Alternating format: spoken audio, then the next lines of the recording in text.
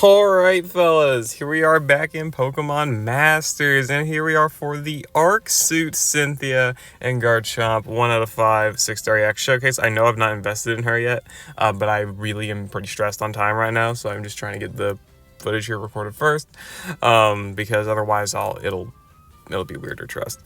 But whatever. Anyway, so Arc Suit Cynthia and Garchomp, they're a crazy sync pair, obviously. They're the new multi-type, which with 6-star EX gives enemies all rebuff of ground typing, which is great, right? She's also got a 300 base power sync move just at 1 out of 5, and without, the mega sync move restriction, which is awesome. Her stats are like 400-ish in the offense. Over 400 in the offense, with level 140, which of course I've not invested in, which I guess I could now. That's fair, frankly. Sure, we'll just 100% confirm that. How about it? And then of course 6-star EX would be a little bit higher, right? Yeah, so 390 attack, but with 6-star EX 430, and then 469 physical attack after Mega Evolution. That's really good. These stats are amazing with 6-star EX, right? I can't believe that this character's nuts. She's got Sandstorm, which of course sets sand. A lot of her passes are based on sand. She's also able to set Ground Zone and extend both Sand and Ground Zone when she uses Sandstorm.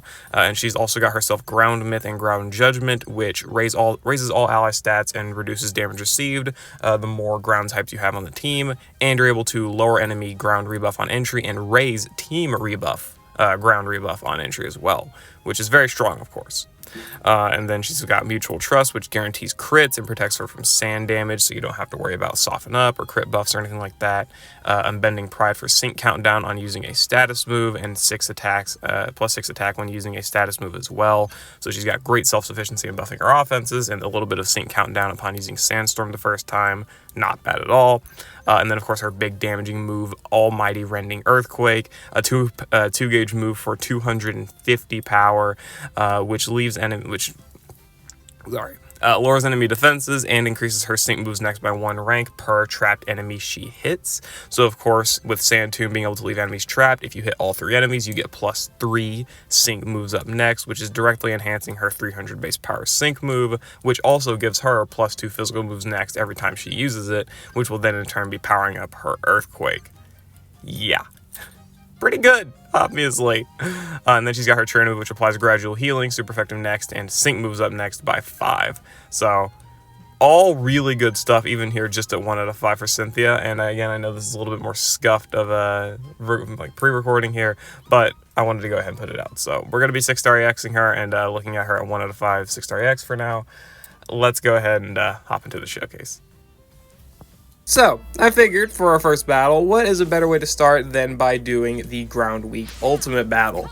This showcases her damage in a long form setting, and of course, her being a top tier character, the fact she can perform this well at 1 out of 5 is obviously going to be very, very nice, right?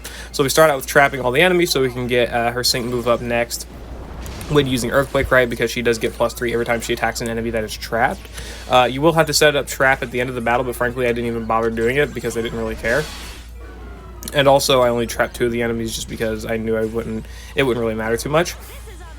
I used Cynthia's sync move here first, simply because this would give us the rebuff, right? I could use Rika's sync move, but that would give me the ground zone that I want to kind of preserve for later, because again, Cynthia can set it very consistently by herself. So I wanted to save Rika's sync move for later. And so I forego the support EX early on to get the ground rebuff early. I don't know if that's a good play. Also, we did get the mega stats too. But I don't know if that's a good play or not. I ended up just doing it anyway. And of course, you don't have to do that. You could go for Rika's sync move, and I do end up going for Rika's sync move after this one, right? I go for Cynthia's sync, Rika's sync, and then Cynthia's sync again. Could go for Vols if I wanted AoE damage, but not really worth it to me. I do think the X roll as investment for Cynthia, even at 1 out of 5, is good, because again, her big method of doing extra sync damage is with the sync moves up next, right? Of course, she does get Weathered Warrior if you're not running her with like status immunity or antitoxin or whatever. For this ultimate battle again specifically, that's again, Weathered Warrior is your best lucky skill there. It gives you direct damage enhancement and sync nuke enhancement, right? Which I'm not running again because I'm running status immunity. So if you do have a team that can like mitigate that status or whatever, then you're going to be doing pretty well. And this is where, of course, I use Rika's Sync move, so we get that ground zone. And, of course, we use Volo's for Volo Sand as well to get that back up. I brought Volo here simply because I wanted, of course, to use Cynthia and Volo together, you know, duh. But also because he is able to directly counter Lucy because of his AoE speed debuffs.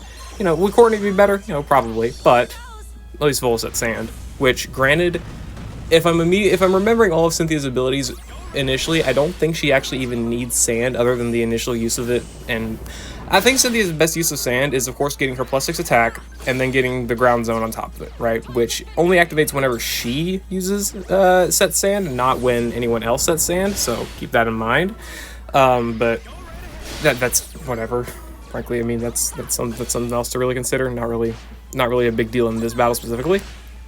But I don't think she benefits from Sand other than that. Like, she gets Sandblaster at 3 out of 5, so of course it's good there, but unless I'm misremembering, which I could be, I don't think it honestly matters that much here. I don't think Sand matters other than the initial use for the physical moves up next. Sorry, the attack buffs, right?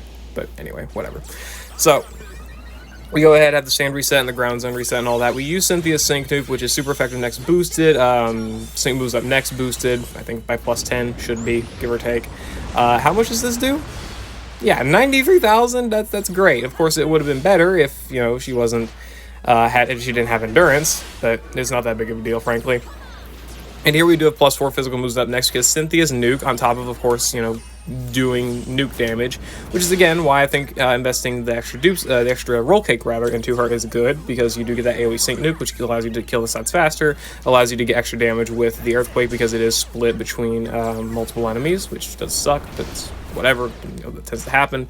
But other than that, like, she's gonna get +2 physical moves up next from using her sync move. So on top of doing AoE damage, on top of having, you know, the sync moves up next and the Weathered Warrior, whatever you may run as a lucky skill, she's going to be getting +2 physical moves up next, which is going to be then directly enhancing her next Earthquake move, which is going to be obviously really, really strong. So she effectively gets 2 nukes pretty much when using, you know, her sync move and then her, you know, next DPS move afterwards, and that's obviously really good, right? She's got direct enhancement of her own damage via her physical moves up next, and then of course, you know, the enhancement of her sync move by her sync moves up next, which being the only character that can, you know, buff it by herself, that's, you know, still really good. So that's awesome to have. Of course, a great ground damage dealer for ground weak stages, as she literally beat the hardest ground weak content in the game, other than like off-region ultimate battles or extreme battles.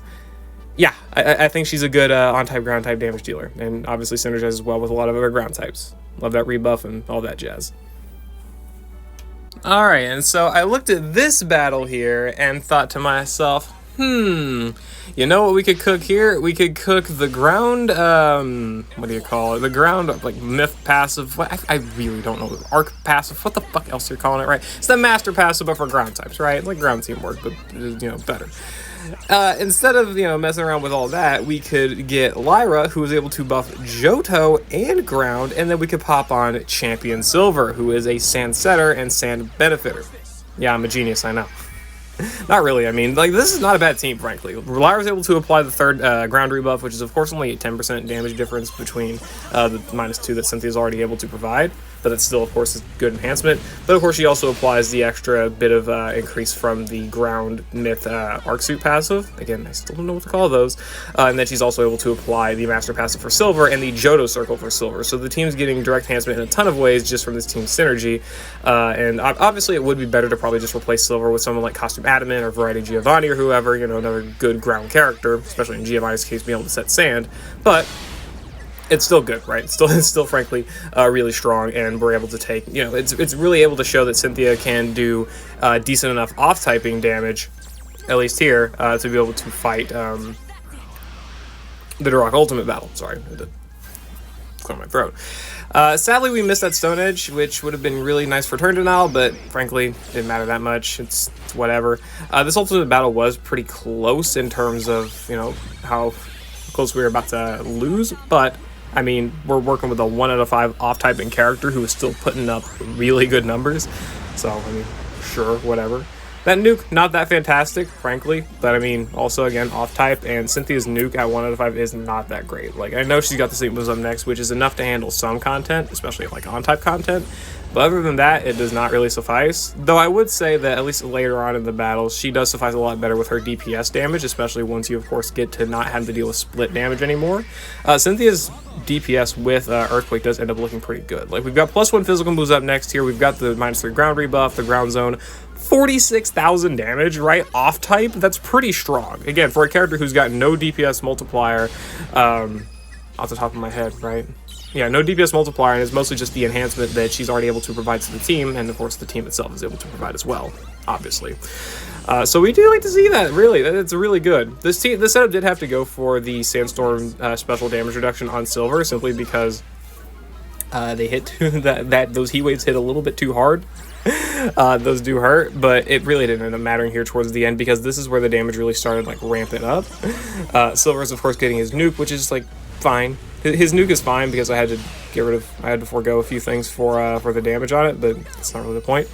But Cynthia, though, is able to put in quite a bit of good Earthquake damage. We've got Sandstorm, we've got the Massive Rock Slide here. We're going to be able to get the flinches in. The Sandstorm damage, of course, chipping down to rock gradually as well. This is why this setup is good for longer battles, is because Cynthia still really does... at least Cynthia doesn't really appreciate the sand, but she does appreciate, of course, having the ground zone activated, and then in turn, Silver appreciates the sand, like, obviously, right? So, how much is this doing? 40,000 damage with no physical moves up next. That's pretty damn strong. That's crazy, man. The Heat Wave sadly does land here. We would have been able to get a sync move in if it wasn't for the fact that we didn't queue up a move with Lyra, but that's fine. Doesn't really matter that much. And again, like, 3 sync buffs, 40,000-ish damage with Cynthia. That's crazy, man. And again, also because her stats in general are nuts. Like, I don't think I can really establish that enough, is that her stats, she buffs all of them on Mega. So not only is she getting the offensive increase, or speed increase, or whatever, she's also getting the defensive increase.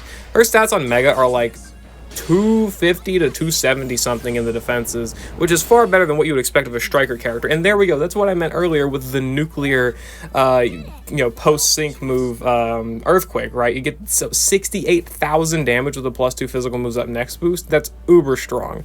And again, that's only +2 physical moves next. It effectively doubled her damage. Yeah, that's kind of good. I love that. And this is, again, a 1 out of 5 damage dealing character. So if you're able to, at the very least, enhance her, like, bring partners that are directly benefited from what she can do, you're going to be making her look like, at the very least, a very good team enhancer. And in this setup, she looked like a good damage dealer just in general, because she doesn't really enhance Silver outside of setting sand. But of course, she does also benefit very well with, again, Costume Adam and Variety Giovanni, other ground type characters, makes them look nuts, and in turn, they make her look nuts because of what she's able to provide. So really, really strong abilities there. And again, this is 2 ultimate battles she's able to clear very well at just 1 out of 5. Again, that damage is nuts. Alright, I was pretty curious whenever I was pretty low on the amount of things that I was thinking about doing with Cynthia. I was like, how does she fare against Raichu at 1 out of 5? Because, like, she does really good damage. She might be able to clear Raichu with her very limited defensive ability, literally only gradual healing on the trainer move. And I guess also the, master passives, now that I think about it, right? She's got the master passive applying her, like, 10% damage reduction or something like that, for being ground type. Or just because she has it, right? And she does, again, have that gradual healing. And it works enough against Raichu! Yeah, it really does! I trap Raichu and I trap the Ampharos so we can get a little bit more sync move up next for our initial nuke. And, well, she's dealing 1/3 of the health bar by herself already, and she's still got that split damage. Yeah. One of the best parts about it is because, of course, she does have the ground rebuff on entry, so her initial damage, where, like, a lot of characters in the Gauntlet are trying to build up on that first bar, but whether by, like, getting a bunch of sync buffs, or they're trying to build their stats, or build debuffs or something, Cynthia just rips through the bar and just doesn't really care. She's like, okay, you know what? I'm not going to try and set up at all. I'm just going to kill you. A lot of damage dealers work that way, but Cynthia does it extremely well, at least against Raichu here. There's probably other solos she can do at 1 out of 5 and whatnot, but like maybe Latios, I don't know. Or just at least cheap investment, but I would have opted for Raichu just because obviously she's super effective and would be good for it.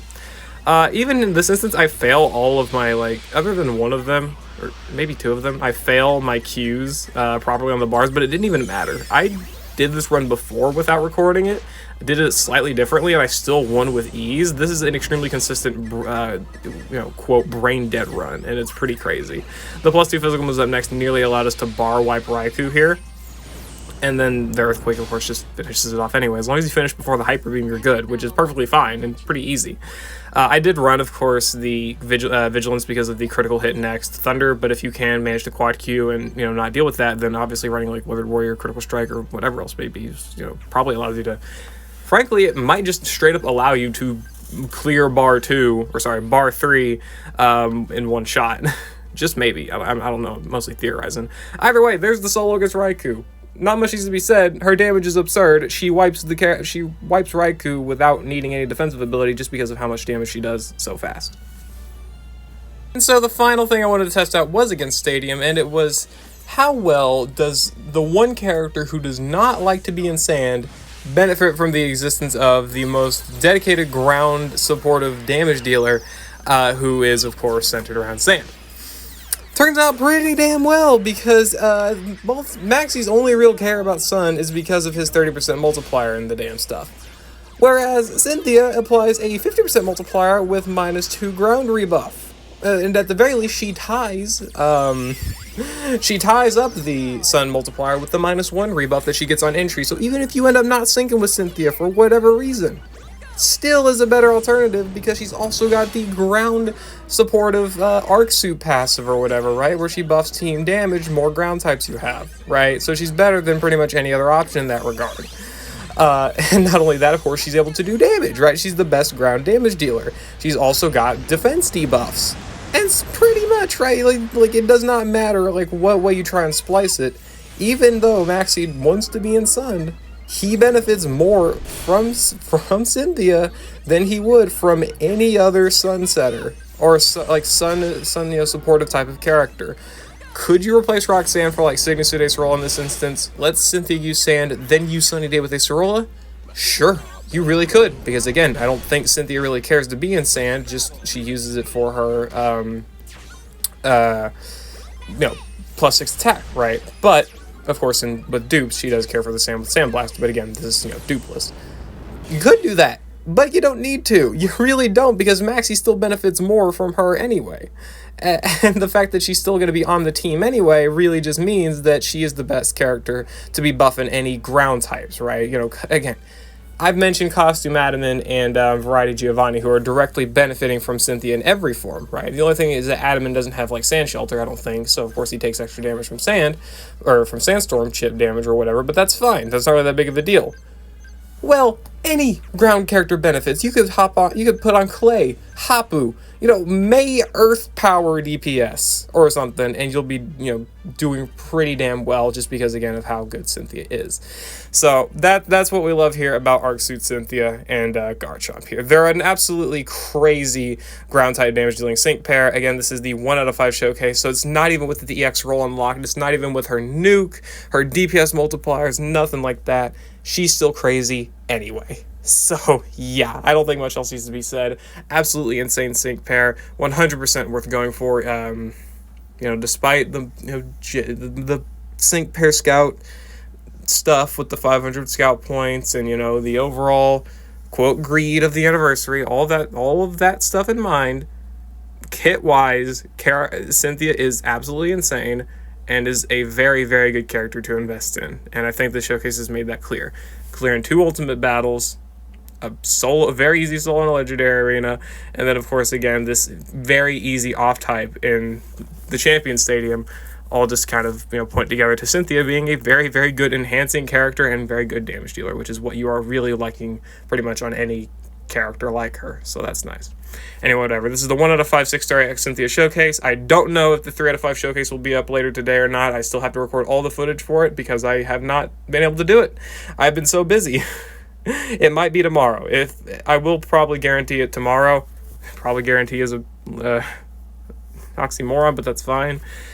We'll see. I'll try my best, 100%. So anyway, whatever. I'll see you all later. I hope you all enjoyed. Let me know what you think about Arc Suit Cynthia down in the comments below. Peace.